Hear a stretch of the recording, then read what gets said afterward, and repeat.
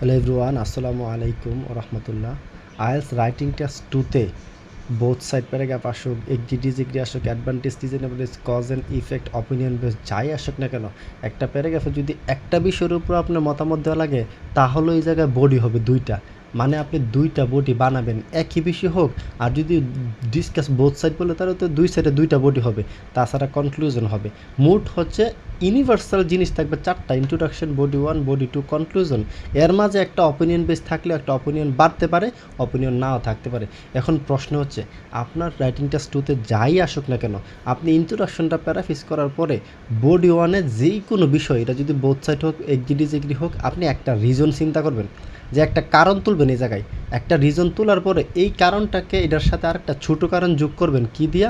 মোর over দিয়া অথবা B side দিয়া, মানে আইডিয়ার সাথে আরেকটা আইডিয়া যোগ করবেন। তারপর এটার উপর ডিপেন্ড করে একটা ফর এক্সাম্পল, মানে একটা এক্সাম্পল দিবেন। আমি আপনাকে বলতেছি, আপনি বডি 1-এ 3-4টা কানেক্টরস খাওয়াবেন। আবার একই কাজ বডি 2-তে, যদি বিষয়টা একই টপিক হয় তাহলে দ্বিতীয় আর একটা কারণ তুলবেন, সেকেন্ড রিজন। তোলার পরে এই কারণটাকে এডিশনারি দিয়া বা ফার্দার মোর দিয়া আর ছোটো ছোটো দুইটা আইডিয়া যোগ করবেন। করার পরে for instance different type of connectors লেখা আবার একটা এক্সাম্পল দিবেন। যদি বিষয়টা একই টপিক হয়, একই টপিকের উপর দুইটা বডি বানানো লাগবে।